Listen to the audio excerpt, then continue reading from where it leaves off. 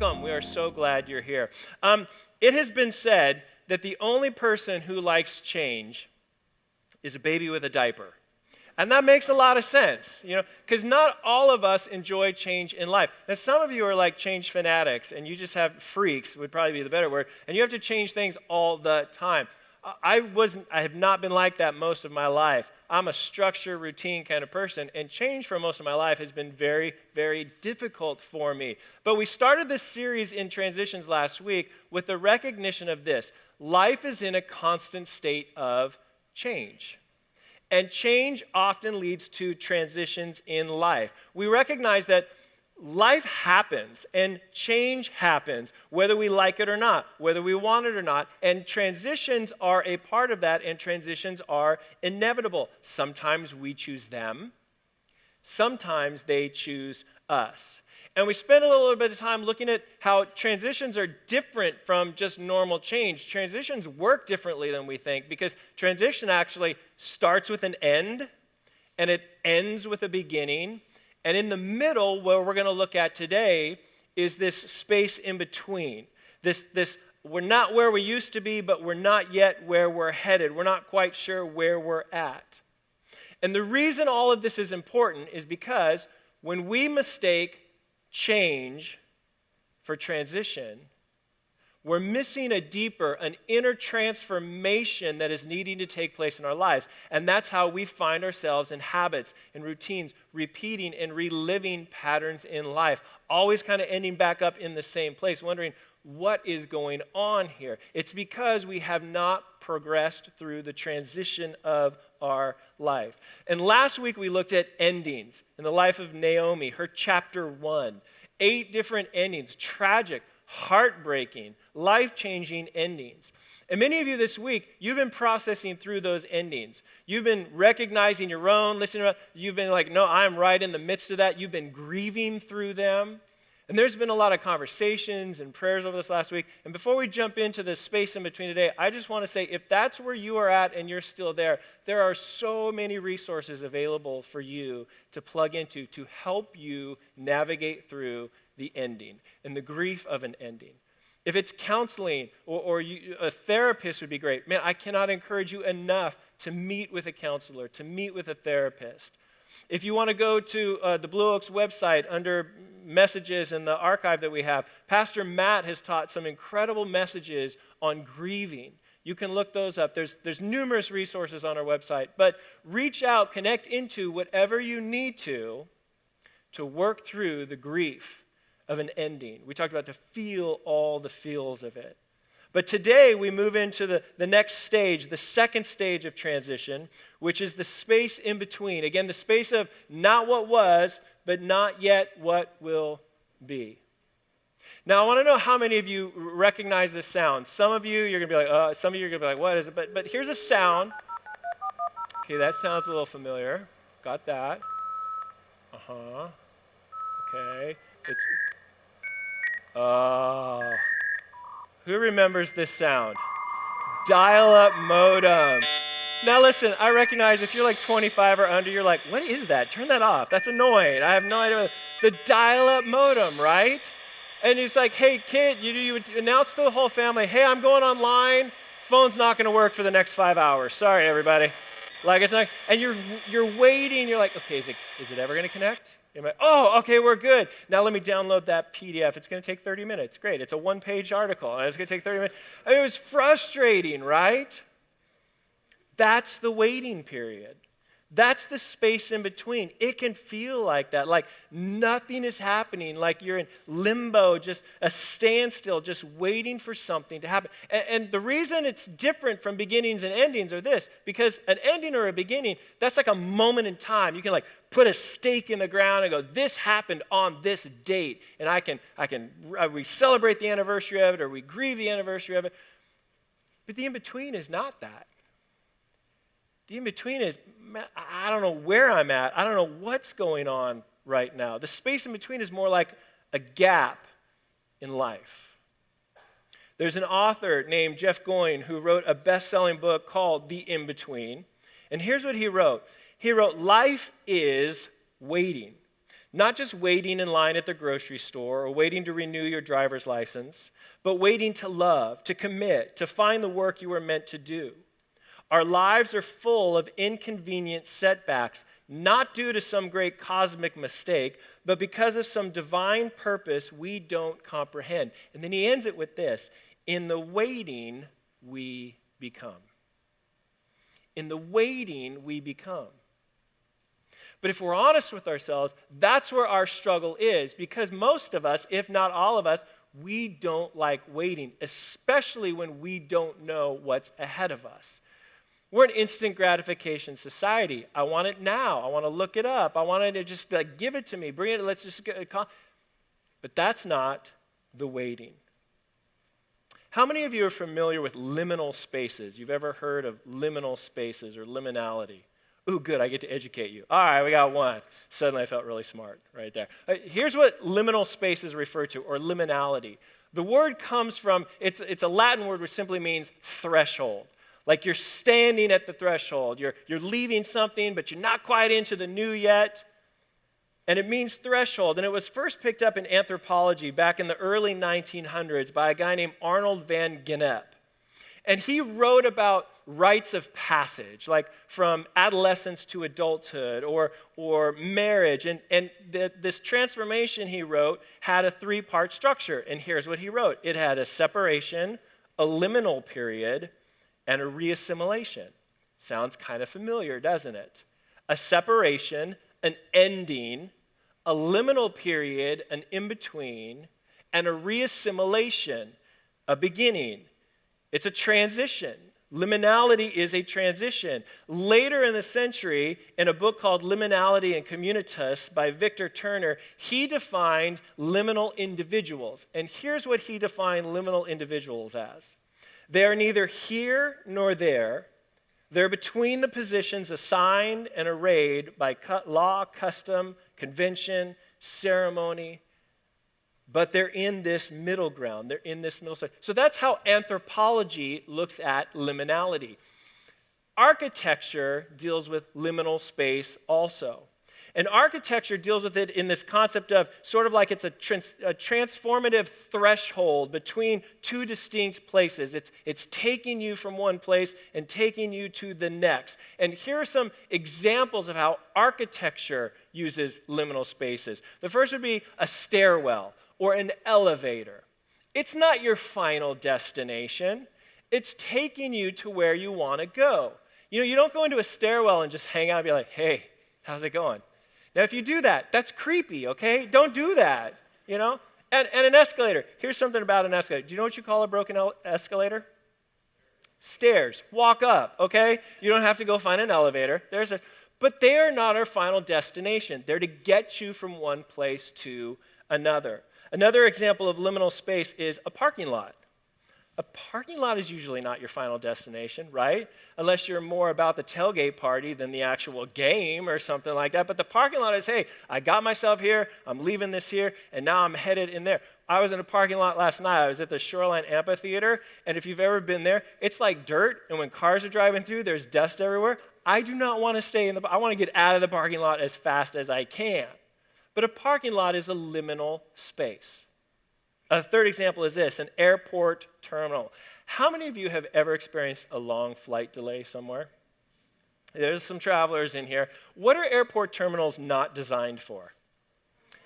Comfort, entertainment, rest, anything like that. An airport terminal is designed, hey, you're parked, you're headed, now we're going to get you on a plane, and you're going to get out of here. You're going to go somewhere else. An airport terminal is a liminal space. It's a waiting space. Now get in there. Now get out of here. Let's go. Liminal spaces are spaces in between. They're not final destinations. Sometimes they can feel like it, but a liminal space is a space in between. I mentioned to you last week, within a period of a year and a half, I went through two major life transformations together. And I entered into what I would call my liminal season, my liminal space that honestly just ended about 2.5 years ago. And it was a time of, okay, I don't work there anymore. I'm not in that marriage anymore, but I don't know what's ahead of me. It was a time where I'm like, all I'd ever done since leaving college was work at a church, be a pastor. I'm like, I don't even know if I want to do that anymore. I don't know about this. And it was just this, okay, just navigating like, I don't know what's next.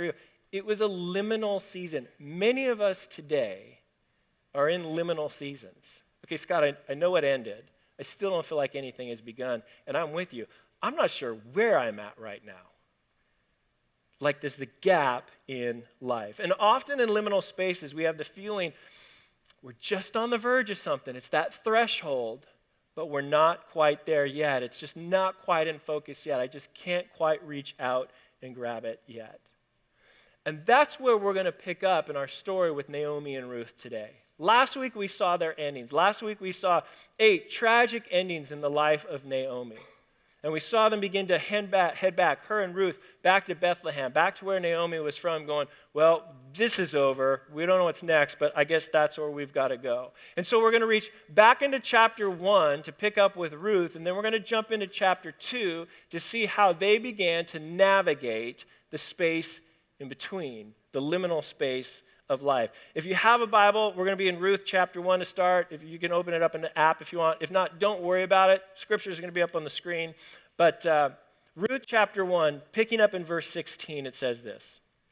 But Ruth replied, don't urge me to leave you or turn back from you, speaking to Naomi. Where you go, I will go. And where you stay, I will stay. Your people will be my people, and your God, my God.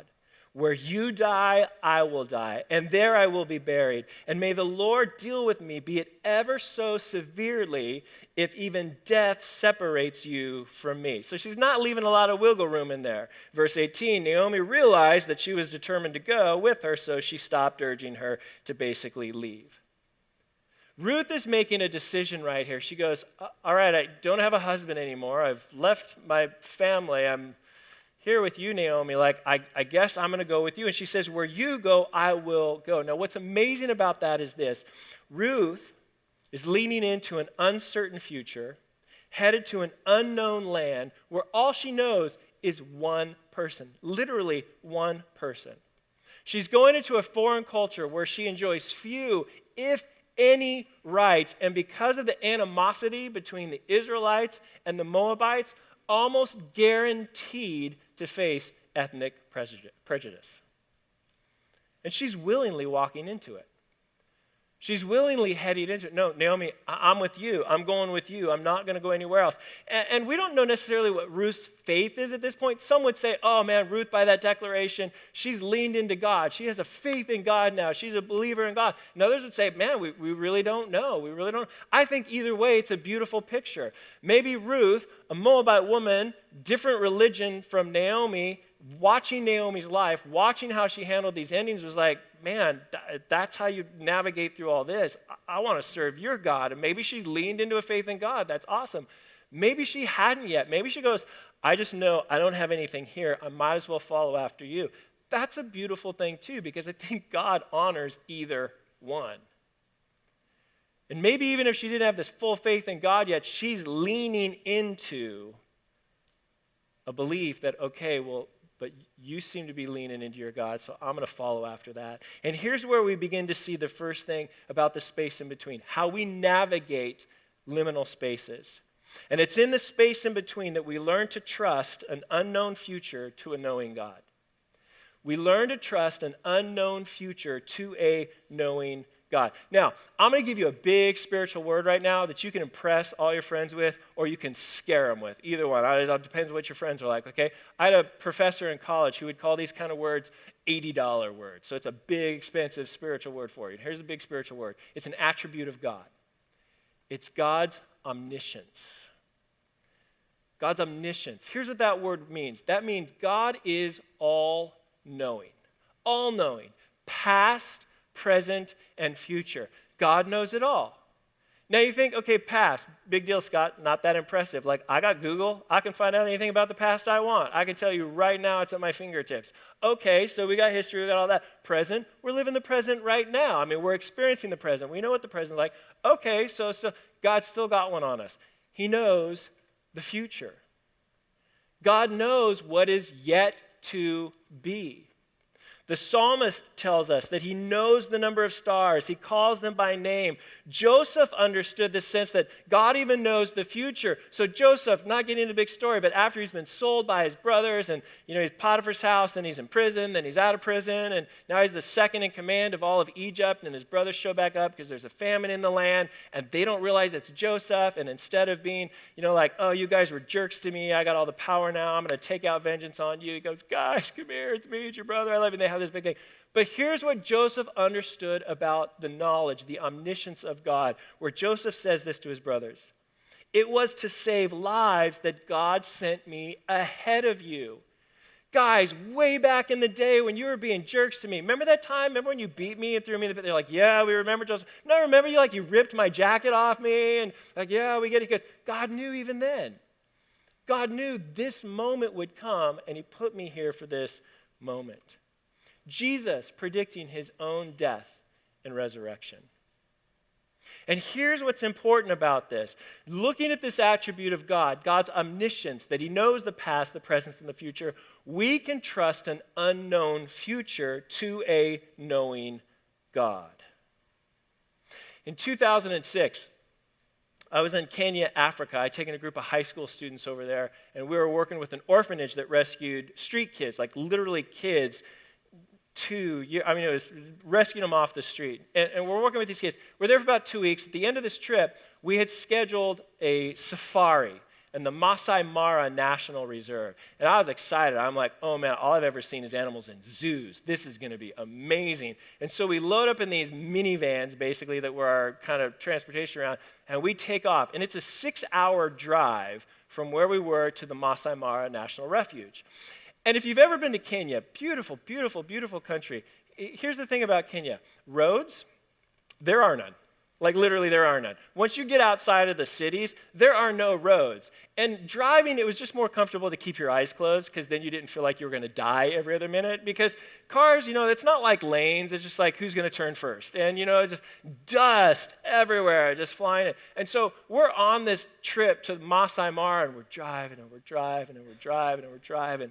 And about 4 hours into this trip, I'm looking around, I'm thinking, there's not like another car in sight. I don't think there has been for an hour or two now. There is no road whatsoever. And I'm starting to get a little worried. I'm starting to wonder, does the driver really know where we're going? I'm going to be responsible, there's this newscast going to hit America, stupid pastor loses 10 teenage kids in the jungle. What's 5 hours into this drive, we're literally driving through trees now. Like trees, we're watch out for this, and it's grass, there's no road. And I lean up to the guy, I fully he's lost, he won't tell us, we're going to run out of gas and die here. We will become food for the lions, is what's going to happen about it. And I lean up, I'm like, dude, do you know where you're going? You do know where you're going, right? It was a question and then a plea, you do know where you're going. I got it.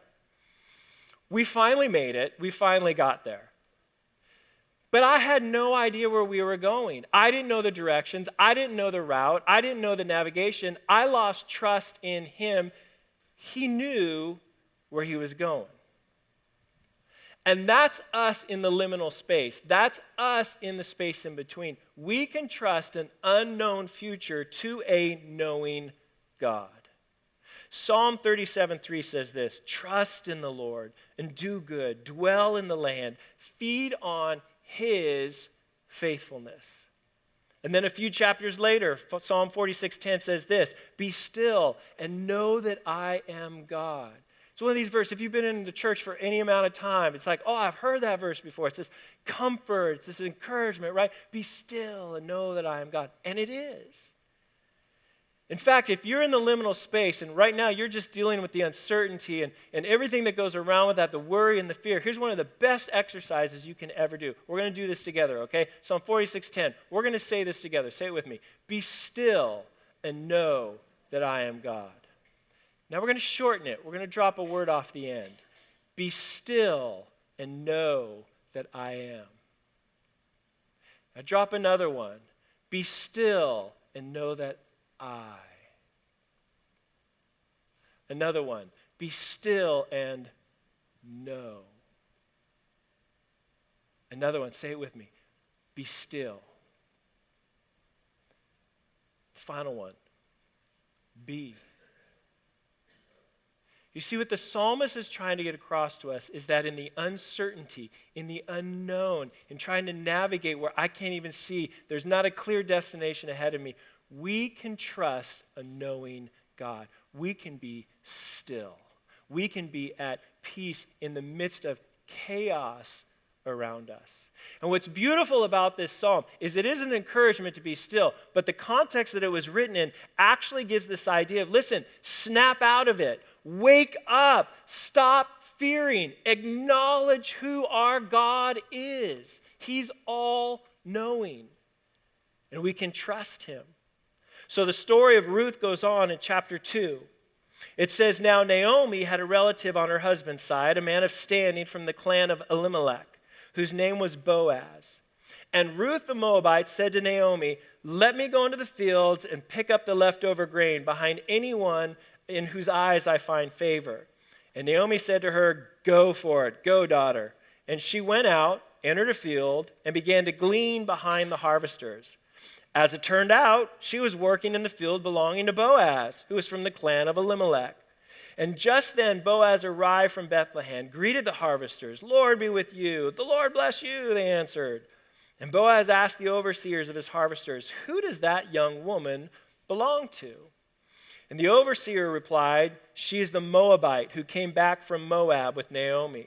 She said, please let me glean and gather among the sheaves behind the harvesters. And she came into the field and has remained here from morning till now, except for a short rest in the shelter. So 2 widows, no means of support, no real plan except we're heading back to Bethlehem, show back up. Confused probably, disoriented, maybe even paralyzed to certain degrees emotionally or in other ways where it's like we don't even know what to do next. And in the in-between, we can find this sometimes like, I just don't know what to do and I don't know the next step to take. And it's when we're in the in-between, not knowing what to do, that here's the next key for us. When we don't know what to do next, we do the next best thing. When we don't know what to do next, we do the next best thing. Ruth is probably looking around going, well, we got to eat. Like, life at its barest minimum is we got to have some food. So let me go out into a field. Let me just see what I can scrape up. Let me see what I can. Naomi's like, great idea. Go for it, girl. Get out there. And so she goes out and she gets into this field and she's like, man, is this going to be the rest of life? Is this, I'm just like scraping by to find something to eat. And she goes out in this field and I love this phrase, as it turned out. As it turned out, she ends up in a field belonging to Boaz, a relative of her deceased father-in-law. As luck would have it. What are the chances of that? Do you believe the coincidence? That's the field. It's a random choice. She probably looked, that field. Let's just take that one. Is that how it worked out? I don't believe God works in coincidences. I don't believe God just works in these random events. It's like, whoa, wasn't expecting that one. All right, let's take a left turn here. Here we go. I don't think that's how our God works. And yet Ruth, in not knowing what to do next, just did the next thing she knew how to do. She's like, well, we got to eat. Let me just go out. And God puts her in the very place that would provide. See, one of the keys of this is great because here's what we need to understand. In the in-between space, in the unknown of it, sometimes we can pull back. And maybe it's because we're paralyzed emotionally or spiritually or just, we just can't make our decision. And we're like, okay, God, it's on you now. Like you have to make it happen or you have to tell me what to do before I can go. Sometimes God like, no, just go. Like, just do. Do what you need to do. Move. You see, in the in-between, we have a sense of responsibility also. And God will guide us. That knowledge that he has, we can trust the unknown to a knowing God. God's going to lead us and guide us, but we have to act upon it. You see, God's sovereignty runs hand in hand with our responsibility. And Ruth is just doing the next best thing she knew how to do. Let's go out and let's gather. When you don't know what to do, do the next best thing.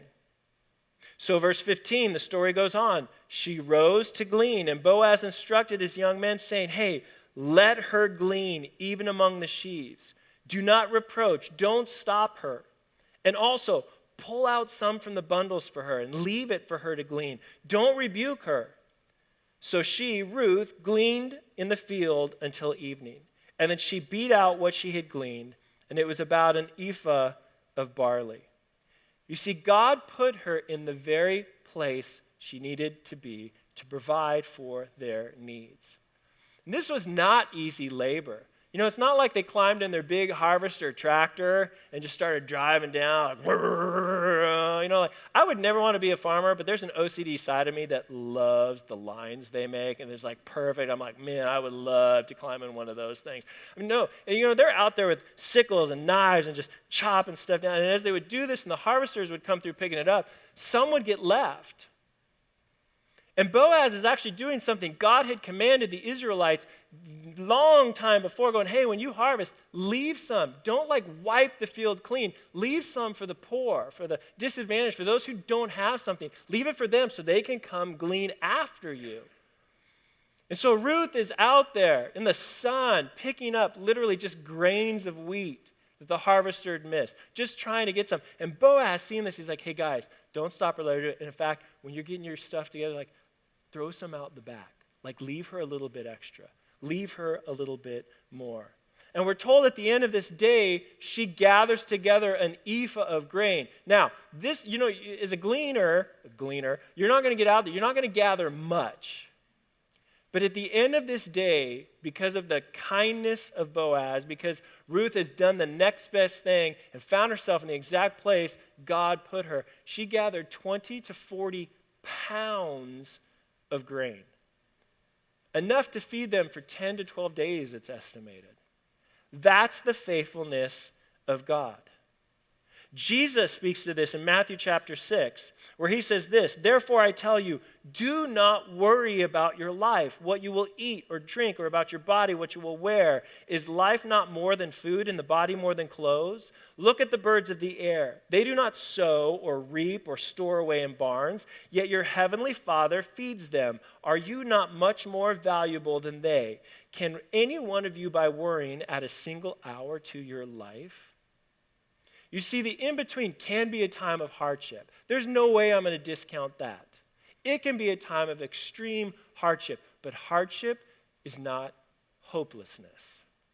And our endurance opens us to God's faithfulness. Our endurance in the in-between, the space, the liminal space, opens up God's faithfulness. Now, for some of you, you've been around the church long enough and you've heard all the church Bible stories and you're thinking, oh man, like this story sounds familiar. It's not the first time something like this has happened in the Bible. If you haven't been around the church long, you don't really know Bible stories, don't worry about it. It's okay. But some of you are thinking, hey, this is a lot like what God did with the Israelites when they were leaving Egypt. And we're not going to dive down into that story, but basically the story recap, Scott House Abridged version is this. The Israelites have been slaves for hundreds of years in Egypt. God gets Moses, does his thing in him. There's the story of the burning bush, really cool story, and sends Moses back to Egypt, says, hey, go get my people, get them out.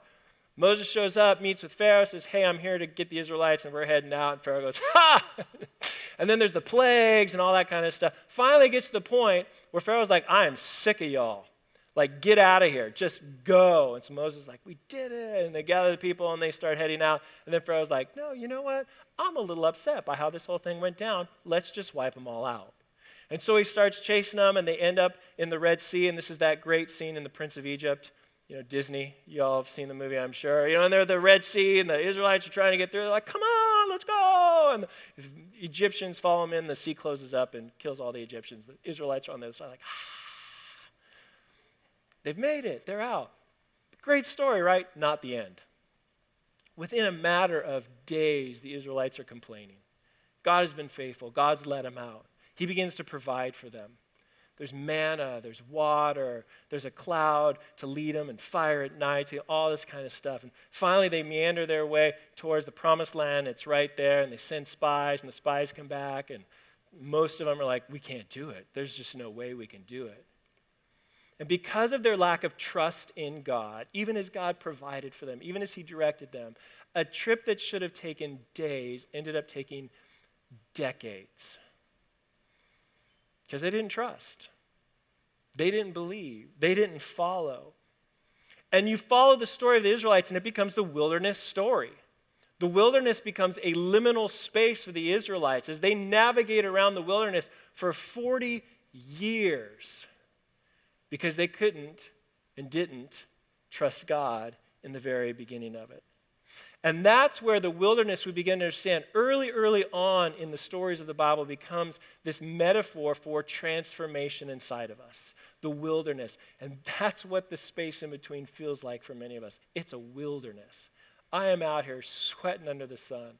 I am dying out here. And I don't know where this is headed, but that's the wilderness.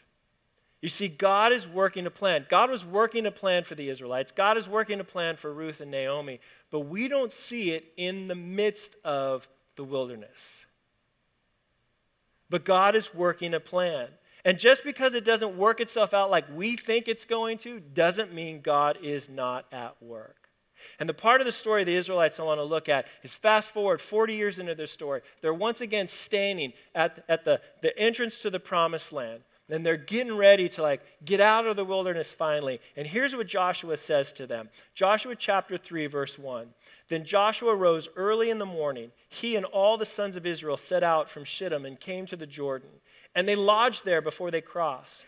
At the end of 3 days, the officers went through the midst of the camp and commanded the people, saying, when you see the ark of the covenant of the Lord your God, with the Levitical priests carrying it, then you shall set out from your place and go after it, that you may know the way by which you shall go, for you have not passed this way before. So they're standing at the end. They've been camping, and they're gathering their stuff in the city called Shittim. Now listen, right away, there's two groups of people in this. First group of people is, I cannot believe you just said that in church.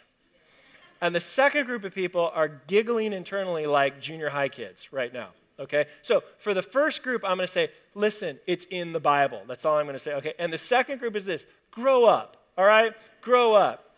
I have a really funny story, but I don't have time to tell you about that passage, so we're just going to move on right there. But they're gathering up their stuff, and Joshua says, listen, when we go, we're going to follow the ark of God. The ark of God, the covenant of God, was this chest that held some very important stuff for the Israelites. It held the tablets that had the 10 commandments, God's covenant with his people on them.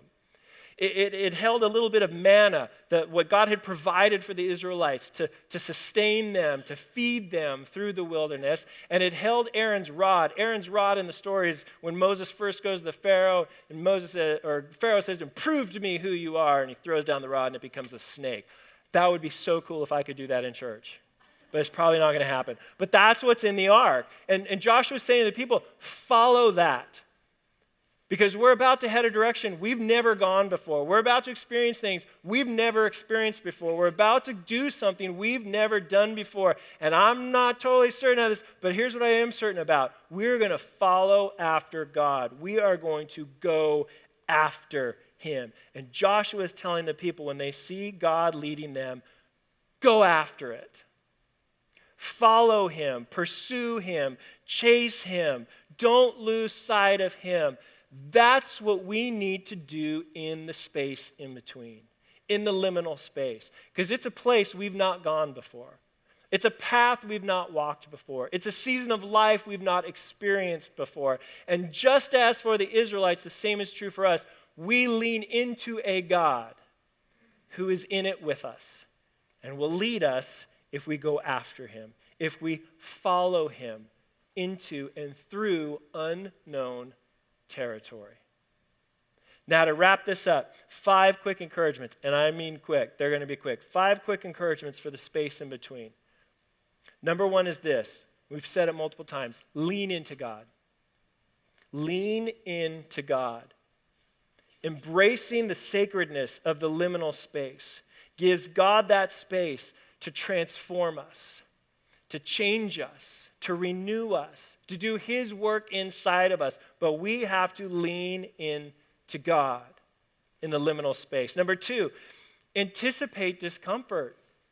Just expect it. Get ready for it. There's anxiety. things don't work out the way you think. Motivation falls. Like, I got courage for today. And then you get the one phone call and you're like, and now I'm giving up. It's like, it's going to happen. Anticipate discomfort. But trust that you're on the threshold and that you're not alone. God is with you. Third, find what continuity you can. Find the things in life that can and do remain the same and hold on to those things. Some of the greatest of which are going to be relationships. And that is why I can't encourage you enough to be involved in a small group. To get involved with a group of people where you're doing life together. Because in the midst of unknown circumstances, those are the people who are going to stand alongside you. But find continuity. Fourth, mark the milestones along the way. Milestones are this. Milestones are that moments where God has shown up, where you can put that spike in the ground and go, on this date, here's what God did. Here's how God provided. Here's what God showed me. Here's how God spoke to me. Mark those milestones, because when you face the next challenge, when you face the next obstacle, you can look back and see the milestones along the way and go, that's where God was with me. That's where God was with me. That's where God was with me. I know he's going to be here with me today. Mark the milestones along the way. And the final one is this: be patient with the process and yourself. Be patient with the process and yourself. Because it's in the space in between. It's in the liminal space where the greatest transformation takes place within us as we allow God to move within us. But we have to be patient. It's not going to go according to our time schedule, our time frame, our desires. So be patient with the process and with yourself. Now, next week, we get to the final part of the transformation process and the transitions that go on inside of us. And we're going to end with the beginnings that we face. But this week, our challenge, especially for those of us in the liminal space, in the space in between, is to lean into God. Trust your unknown with an all-knowing God. Do the next best thing you know how to do. And endure and find God's faithfulness. Let's pray.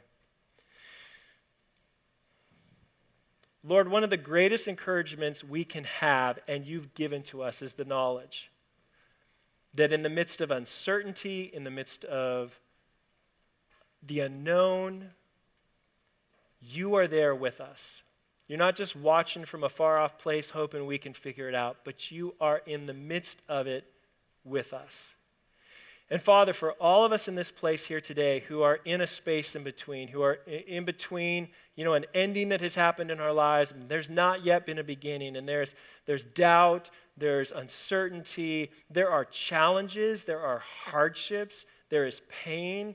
Lord, I pray that you would move in the midst of all of us, making yourself known, Lord, in just very real, tangible ways, not just some, esoteric way, but in reality that you are with us, Father, providing, directing, guiding us, Lord Jesus, that we would find strength in that to move through the space to the beginnings that you have ahead of us, Lord. Let our confidence be in you and you alone. In your name we pray. And everyone said,